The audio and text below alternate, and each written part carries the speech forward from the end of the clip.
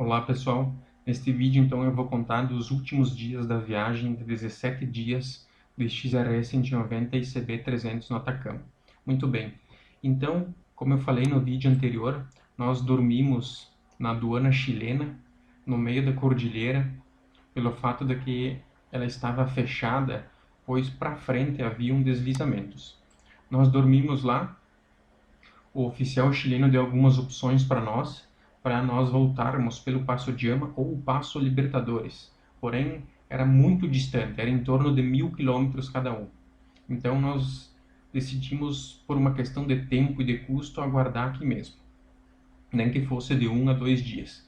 Enfim, no dia seguinte, então, nós acordamos e somente fomos liberados 5 da tarde. Houve uma movimentação, foi liberado. Então, nós fizemos a sequência da estrada. Nós passamos aqui em lugares bem interessantes. Tem vários picos, vários vulcões. Vale bastante a foto. Tem também a Laguna Verde, que é um lugar bem bonito. Vale lembrar também que essa rodovia 31 é totalmente asfaltada.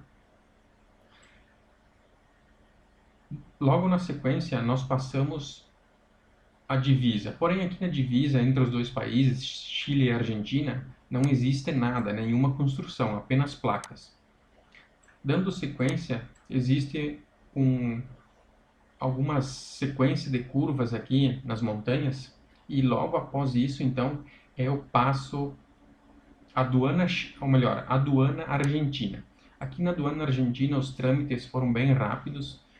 Eles pediram os documentos, enfim, confirmaram algumas informações, não tivemos nenhum problema. Logo na sequência aqui da estrada, nós pegamos um forte vento, um vento frontal, e no horizonte tinha algumas nuvens grossas, né? Então nós estávamos com bastante ansiedade, vamos dizer assim, ou até um certo medo, pois poderia dar uma tempestade, enfim, e nós não tínhamos nenhum abrigo. Porém, nós observamos que na rodovia, a cada 50 quilômetros aí, haviam alguns abrigos para os viajantes e também para os alpinistas em situação de emergência, utilizar em situação de emergência. Então, nós utilizamos um desses abrigos para nos proteger aí do vento e da chuva. Se acaso fosse uma chuva grossa, nós iríamos dormir lá dentro mesmo. Nós tínhamos aí uma certa quantidade de comida, combustível estava ok. Porém, depois de uns 20 minutos, aquela chuva, aquele vento passou e nós decidimos então seguir para a cidade de Fiambalá. Todo esse trajeto, como você pode visualizar, é totalmente reto. Porém, quando nós chegamos aqui bem próximo a essas montanhas, você pode visualizar que a estrada fica mais sinuosa e nós acreditamos que bem próximo a esses pontos estava o deslizamento. Olha só, aqui tem um refúgio, basicamente é nesse formato ali, formato de quase uma pirâmide. Enfim, nesse ponto então, nós chegamos a um determinado local da estrada, havia algumas luzes e também havia sirene, era a polícia argentina, tinha alguns cones também, que estavam sinalizando todo o local para não dar mais nenhum problema. Havia bastante pedras no meio da rodovia, pedras gigantescas aí do tamanho, da altura de 1 metro.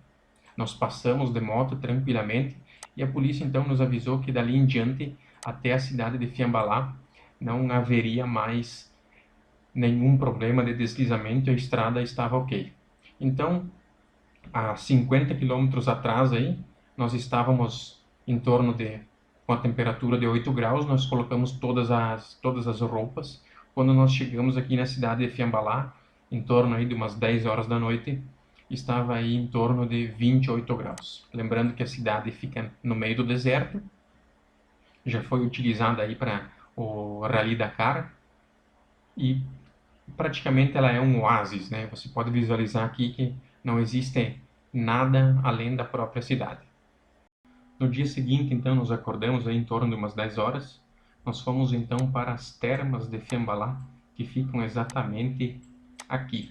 São termas bem legais, ficam praticamente aí no meio de montanhas, a temperatura gira em torno aí de 45 até 26 graus. Então é bastante quente, 45, 46 graus. A entrada custou em torno aí de R$ 23.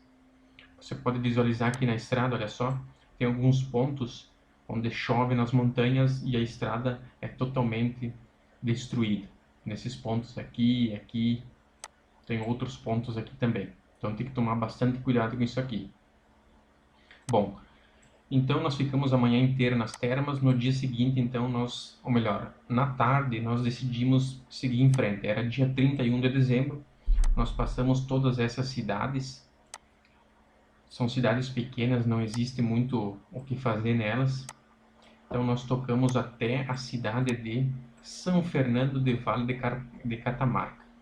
Nós chegamos aqui, foi bem difícil encontrar onde dormir.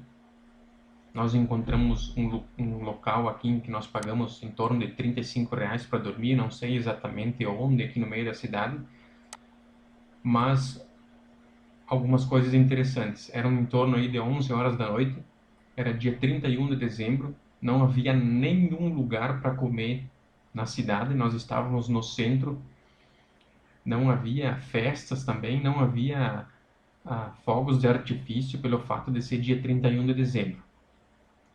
Com muita dificuldade nós encontramos aí um pão com mortandela e uma cerveja, que foi a nossa ceia de fim de ano.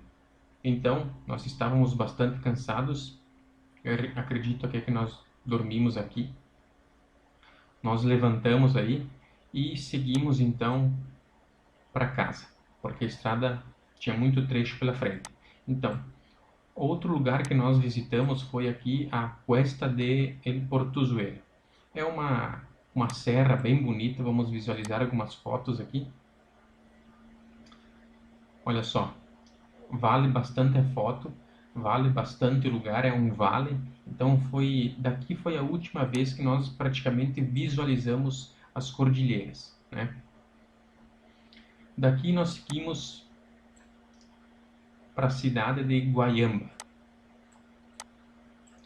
Aqui na cidade de Guaiamba, então, nós demos uma certa parada aí para comer alguma coisa, nosso café de manhã do dia 1º de janeiro de 2019. Aqui tem um lugar bem legal, o rio passa por cima da estrada. Nós fomos dando sequência. Nós chegamos então, praticamente nesse ponto, foi aquele ponto que nós passamos na ida e agora nós estávamos passando na volta. E totalmente esse trajeto até Santiago del Estero praticamente não tem nada. Aqui na cidade de Santiago também nós não paramos e fomos parar o dia lá em Presidência Roque Sáenz Peña, que basicamente é esse lugar. Então nós estávamos bastante cansados também, nós paramos lá no Hotel Presidente, pagamos aí em torno de R$ 70 para um quarto duplo com ar condicionado, internet que não funcionava. No dia seguinte, então, saímos do Hotel Presidente bem cedo. Aqui é uma região totalmente reta. Nós chegamos lá em Corrientes. Quando eu cheguei em Corrientes, bem no pé da ponte aqui, acabei estourando a corrente da minha moto, não tinha mais aperto.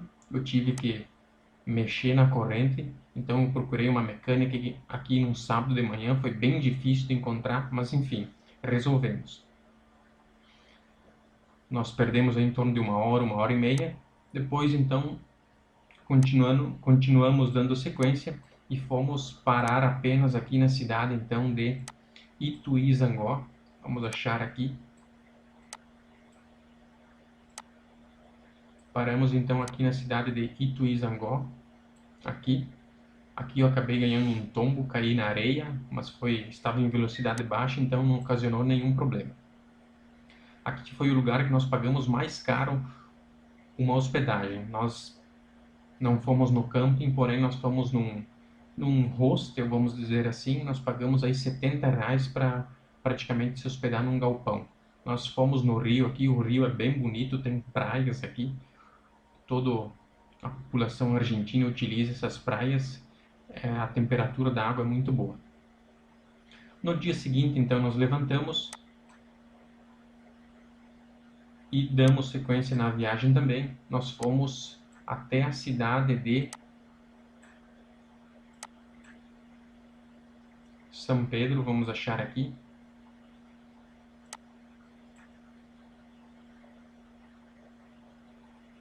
Aqui na cidade, então, de São Pedro, nós tínhamos alguns pesos argentinos. Nós compramos várias coisas, vinhos, enfim, alguns doces. Então, aqui nós nos dividimos. O meu colega foi para Dionísio Cerqueira e eu fui, então, aqui para a cidade de Paraíso. Aqui para quem não sabe, então, existe uma aduana também aqui na cidade de Paraíso. A aduana aqui não tem estrutura nenhuma, não dá para fazer troca de pesos por real e vice-versa, porém é um lugar que você pode fazer a entrada bem rapidamente no Brasil. Então eu fiz a entrada aqui em torno aí de umas 4 horas da tarde, eu tinha aí 150 quilômetros para fazer e foi tranquilamente então aqui de Paraíso, da aduana de Paraíso, até a cidade de Xanxerê, onde eu resido. Vale lembrar que quem for talvez para a Argentina não vale a pena ir por Paraíso pelo fato de que eu falei de não ter uma estrutura muito boa, principalmente na questão de câmbio de real para peso argentino. Talvez valha mais a pena então ir lá por Dionísio Cerqueira.